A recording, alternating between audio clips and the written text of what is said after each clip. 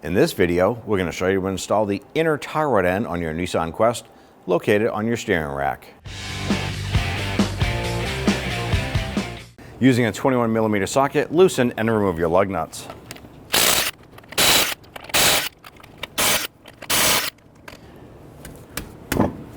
Remove your wheel and set it aside. On our outer tie rod end, this comes over and attaches to our inner tie rod, and then we have a jam nut here. This locks everything together so it doesn't twist. We use our pliers here.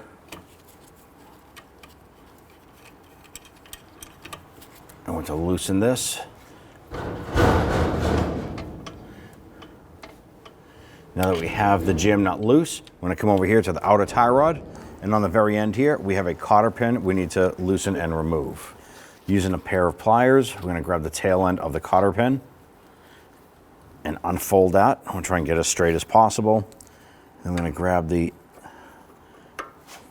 top portion here. And ideally what you want to do is kind of pinch and pull this out. Now cotter pins are a one-time use, so it does not matter if you ruin it.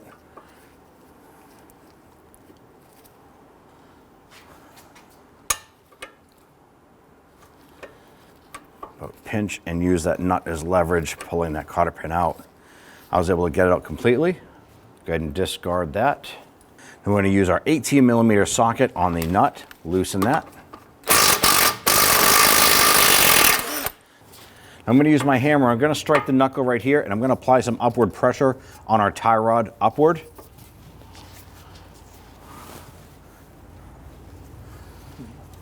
Mm-hmm.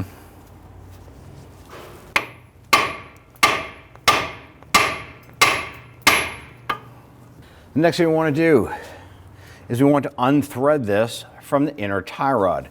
The key thing here we want to pay attention to is how many full turns it takes to unthread this off of the inner tie rod. That way there, when we install the part, we can go ahead and count the same amount of revolutions. That is going to set us up with a preliminary setting for our front wheel alignment. Of course, after you do this job, you need to bring the vehicle down and get an alignment performed.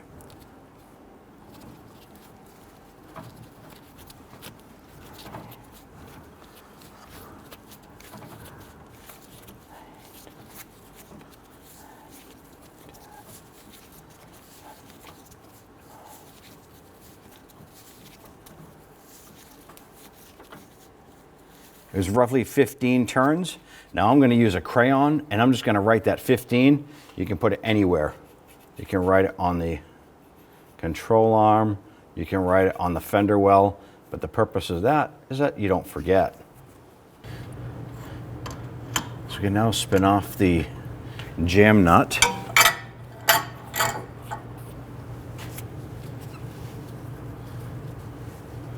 We did have to apply some heat to our jam nut here to loosen that.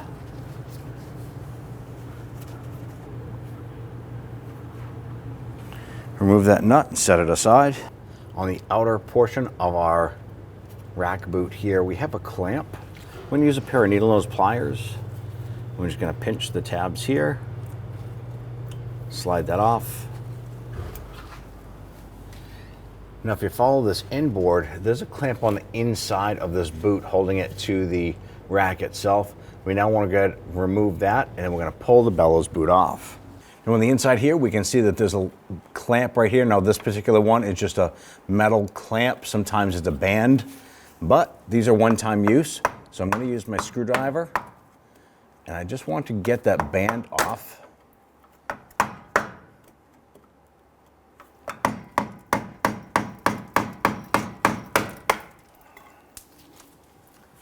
There we go.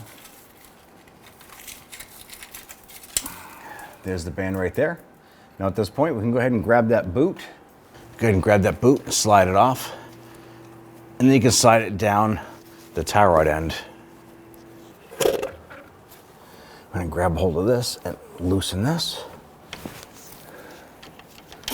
Once you break that free, you can normally just grab this and unthread it off of the steering rack. There it is.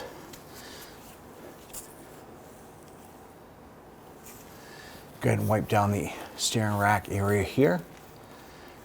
Let's install the new inner tie rod. Now at this point here, you have your inner tie rod unthreaded.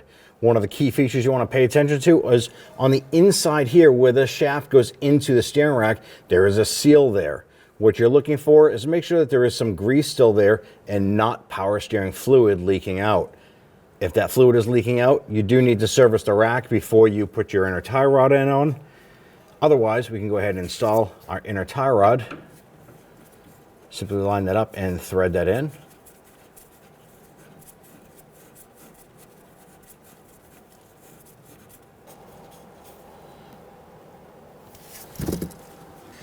Now once we have that bottomed out, we can go ahead and snug this down. You want to make sure that it's good and tight.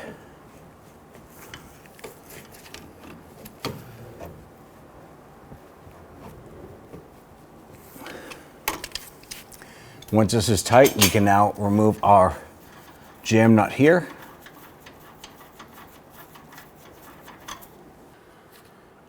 Install the boot over the end. I'm going to push this down. Now ideally, what you want to do is stretch that boot down to fit it onto the rack itself. In our particular case, it's going to be easier is if we go to the other side, turn the wheel, and that's going to pull the inner tie rod in, and it's going to pull that boot almost right onto the rack. So let's go ahead to the other side of the vehicle, and I'm going to turn that wheel, and it's going to pull that tie rod end in. Now we can install the inner portion of the boot. Now we have the inner portion of the boot on the steering rack. Let's now go ahead and install our tie strap. Our next step is to go ahead and take your tie strap here, and we are going to create our loop. Just get that caught a couple clicks. Now what we want to do is we want to take this, slide this over. We're going to work this over the boot all the way to the inside.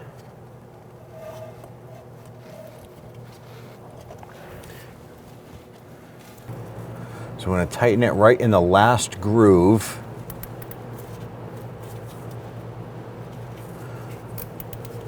Just pull up on that strap, make sure it's good and snug. We're going to use a pair of cutters here. Now sometimes what you can do, you can use a pair of regular pliers for this as well. You can grab the tail end and kind of pinch it gently and then twist it up, and that'll tighten it down a little bit further. And then cut it flush off and remove the scrap.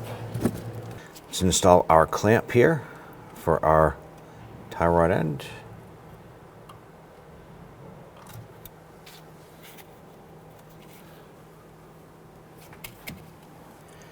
Install the jam nut.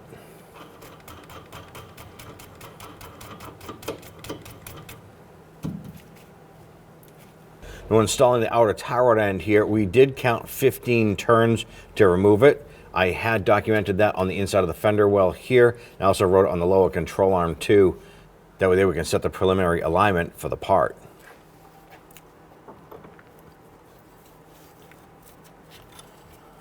So we just caught the first thread, so 15 turns, full revolutions in.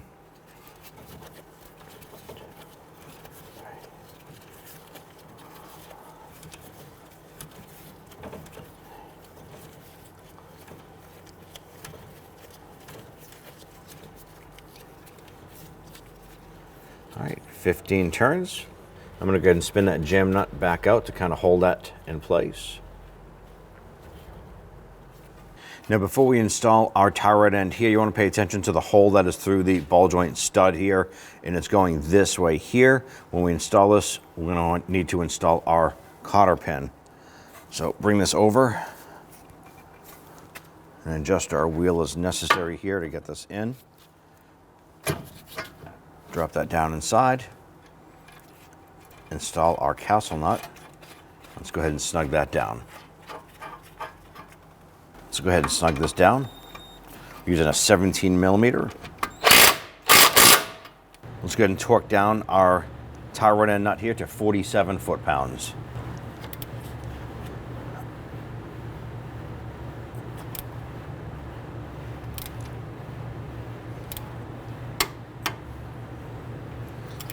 Once that's torqued, take your cotter pin You want to locate the hole. Go ahead and feed that through. I'm going to take the longer tab, bend that backwards over the ball joint stud. Use your cutters, cut off the excess. And on our jam nut, we want to go ahead and tighten this down. You can use a 23mm wrench, or you can use the adjustable like this here. You do want to make sure that this is good and tight.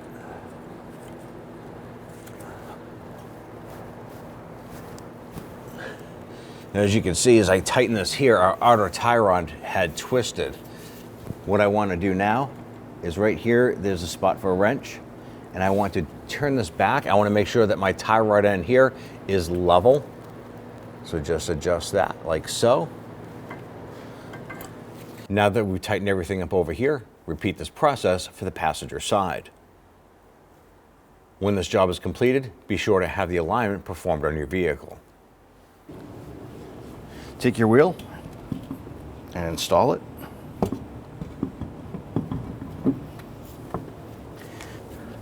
I want to go ahead and start these lug nuts by hand. Get them started a few threads. This will help prevent cross threading.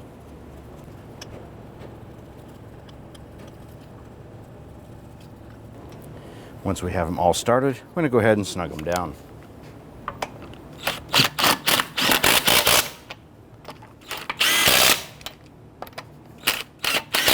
When tightening down the lug nuts, you want to do it in a crisscross pattern.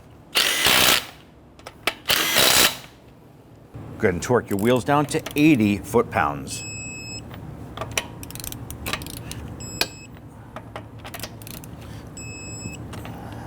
And do this in a crisscross pattern.